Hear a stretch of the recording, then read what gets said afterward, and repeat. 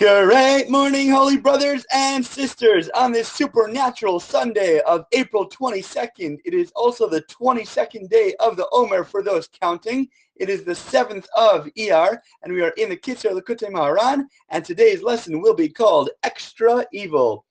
We are in teaching number 72. Repeatedly strengthening one's resolve against the evil inclination. When a person awakens to repentance, and he then wishes to enter God's ways and to travel to the tzaddik, the righteous one, he is constantly attacked by a stronger evil inclination. Therefore, a person constantly needs extra effort and new determination against the new evil inclination which constantly rises up against him. This explains why sometimes when a person is aroused to travel to the tzaddik, to the righteous one, and to men of truth, he has a great desire to do so, but afterward, when he begins to travel, his desire grows weaker. And sometimes when he finally comes to the tzaddik, he loses his desire altogether. All this derives from the phenomenon just described, that as soon as a person is aroused to travel to the true tzaddik, he has thereby slain the evil inclination that he had initially. Subsequently, when he wishes to actually set out, a new evil inclination comes into being for him, which is stronger than the first, since the greater the person, the greater his evil inclination, from Sukkah 52a. Therefore, a person who truly wants to draw himself closer to God must constantly fortify himself against a new evil inclination that he constantly faces. When times are tough, we have to remember that it's not because we've necessarily fallen or we've gotten worse, and that's why things are so looking bad, but it's the better that we get, the harder the opposing forces become, because they know how much better we're trying to get, and the more forces we have, the more resistance we have, the more we can actually grow through the process.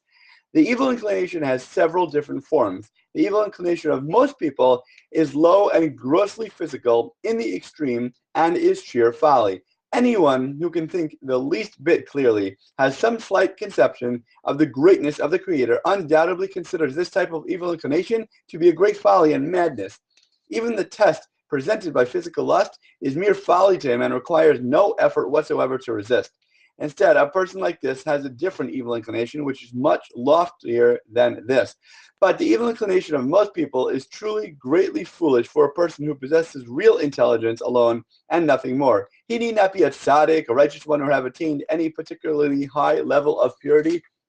There are other people whose evil inclination is an aspect of a fine husk. This type of evil inclination only incites a person who has a very strong willpower and who has reached a slightly elevated spiritual level.